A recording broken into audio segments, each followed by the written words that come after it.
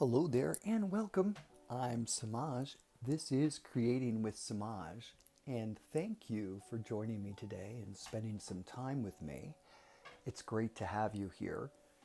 If you're new, welcome, and if you're returning, welcome back. And thank you to my new subscribers. If you like the content in this video, think about subscribing yourself. So today, I thought it would be good for us to do some creating with things that are available to most people. And that is this Prang watercolor set and paper that I talked about the other day, which is this Canson XL. And it's the watercolor paper that's available to most people. And if you're just doing practice work and you're just wanting to get kind of a good idea and you don't want to invest a lot of money in watercolor, this is a great place to start with these two products because you can get relatively really good pieces from working with these items. So we're going to do some watercolor today. But today our topic that I wanted to talk about is really more about using creativity as a form of self-expression and how and why we do that. And I kind of think that there's about 10 really good reasons why. So today, in our 20 minutes that we have together, I would like to just go over maybe the first 5 and really talk about why creativity is important and why engaging in it, especially in times like these, that we just really want to have an opportunity to connect to a different part of ourselves, to maybe ask questions, to maybe have a point of reflection. So, how am I not getting this out? All right, here we go. I've already pre-moistened all of these colors, and so this is the Prang watercolor set, and I went ahead and I did it and reformed it. All of these just click right out and you can reformulate it. So I went through my warms into my greens, into my blues, so that's how I did it. Otherwise it's sort of sporadic and scattered all around, and that sort of annoyed me. So I wanted to correct and fix that. So if you couldn't see that in the video here, I'm going to move that there, and I'm going to move this up here. So when we talk about creativity, I think it's important that we realize that, first of all, creativity is a mirror to our inner world. And understanding that really gives us an opportunity to express emotions, different thoughts and ideas, and, experiences that might otherwise be really, really difficult to articulate. And I think I spoke about that in yesterday's video, and you can see that here. I'll connect the link. But I think one of the most important things about what it does is it becomes a powerful expression of those deep, hard, complex feelings that we have. And it sort of allows space for them to exist without having to put them into words. And then the artwork we create in that space, it often has a tendency to reflect either what we're going through consciously or unconsciously, usually. And what it does is it helps us discuss how each piece of art that we create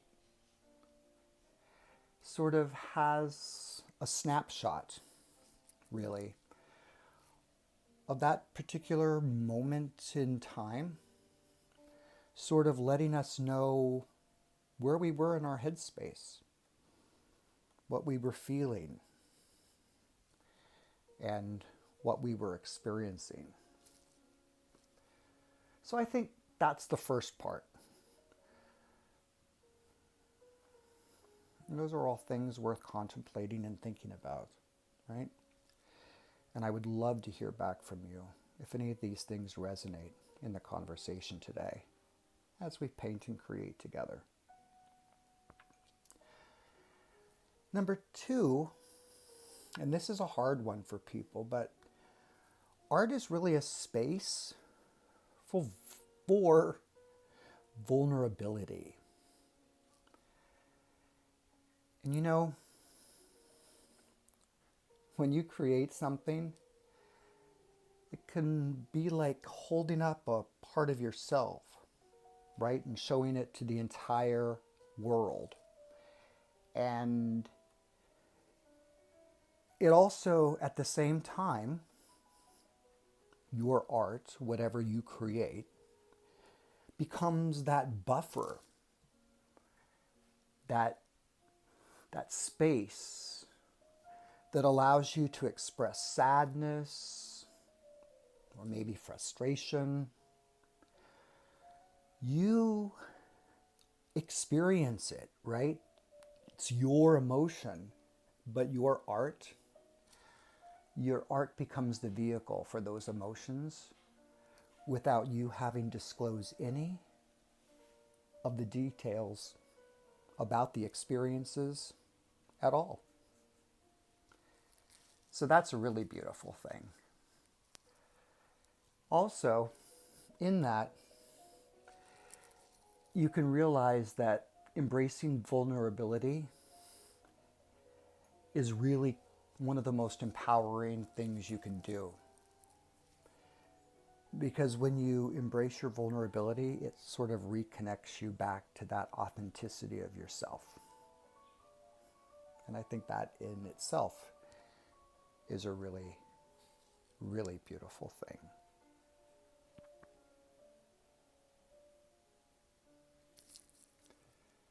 The next is really the power of symbolism and metaphor. That would be number 3 for me. And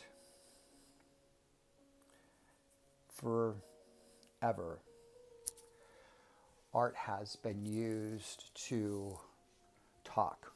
It represents symbols and metaphors to express parts of ourselves, right? Parts of ourselves that otherwise, we may not know how to communicate. Maybe dark colors represent our sadness and our depth of despair, while all of our bright colors that we have represent our joy and our euphoria and our happiness and our excitement about things. So that is important to know, that there's a lot of symbolism you can have and create, right? Just in how you use things, your color, your shapes, and how they represent and how they show up. I think that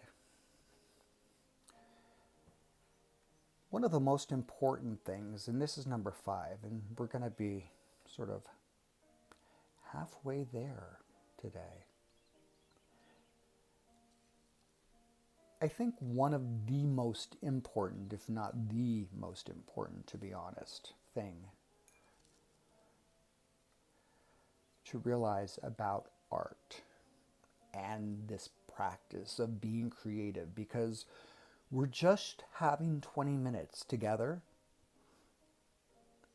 sharing time, creating, and having something to show for it at the end. And we're not caring about what it looks like. That isn't important. That isn't what it's about at all. Because what this journey is about is number 5. And number 5 is creativity is your journey towards a deeper self-acceptance. That's what it is. As we create, and this is where it gets deep, folks, right? As we create, we hit incredible walls of self-doubt. It's just the reality that exists. It's what happens in this process of being a creative. And you know the biggest voice that comes out, the biggest one for most people all of the time, is that voice of that ugly, ugly, ugly, horrible, primal brain that sits at the very base of the back of our heads, that rears its ugly, ugly, ugly head to remind us of all the reasons that we can't do any of the things we want to do. And that's that voice of inner criticism. And it can be a really, really mean and snarky and vicious, an unyielding voice that just doesn't want to quiet. But what you get to do is you get to engage with those feelings. You get the opportunity to learn in that moment to be that kind, gentle person, right? You get to use that kind, gentle voice that you would use with a small child or with someone who is suffering in pain or grief or sadness. You get the opportunity in that moment and in your creativity to rewrite the narrative and to change the story. In that process, oops, look what happened. We learn to be kinder to ourselves. I'm going to get that before it gets too out of control.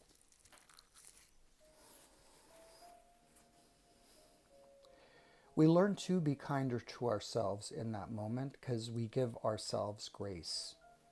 And that is one of the most important things in your process of creativity, is learning to give yourself grace as you learn to embrace, and I mean truly embrace, all of these little imperfections. You know, they're just little imperfections. Both, you know, the little imperfections that show up both in the quality of the work that we did, like me dropping that thing and feeling like, uh-oh, look what I did. But yeah, look what I did. I just roll with it. That could be seen as an imperfection, but you know, I can't get into that and worry about it. And then that could be a reflection of the imperfections that I see in myself. And what the experience allows me to do is to learn to see that from a different perspective, maybe a different vantage point, and to really allow space for me to just sit with it. And you know, I think that creative expression, it really, really encourages, might be a little too dark right there. It's a little too dark, I think. I used to live in the UK when I was younger, so I can pop into my English accent rather. It just comes out once in a while. I'm sorry if it's offensive to anyone, but it just helps me concentrate for some reason.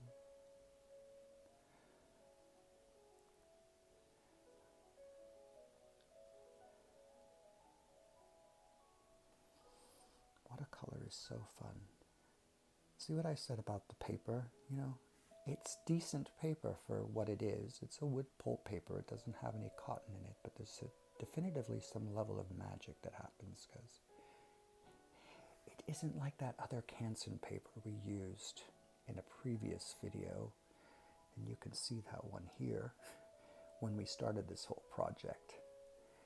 That was a different quality paper, and that paper wasn't so good, so I'm glad I get to introduce you to a better Canson paper. One of the things that happens is when you put in these colors, as they dry, they become so much darker. I mean, lighter. Sorry, wrong information.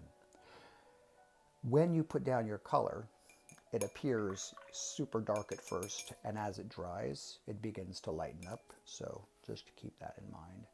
I'm going to add a little agua to this here. And then I'm going to go in with my tissue and just lift that out. So just to finish up that conversation as we learn and watch me make mistakes along the way in my creative process, but accepting it and not getting crazy about it, not letting that Virgo in me come out too much and just going with the flow. It's one of the most important things I've learned. Control really leads to the magic not being allowed to happen. Personally for me, too much control just doesn't leave room for the universe to allow that cooperative magic to happen and show up. Anyway, creative expression, I think, is really an opportunity that it encourages you, let me try that again, encourages you to better, I think, accept those parts of yourself that are maybe a little imperfect, those parts of ourselves that are unique, parts that are vulnerable, compassionate, nurturing, loving. I think we can allow those things to show up in our artwork. And when we do that, I think it really works to deepen our own self-compassion because we get to see that in our artwork. So what I feel is really, really important, and especially now, I just feel that globally we're moving into a different space and time, it feels like. And I really think that having a creative practice, we're starting at these 30 days.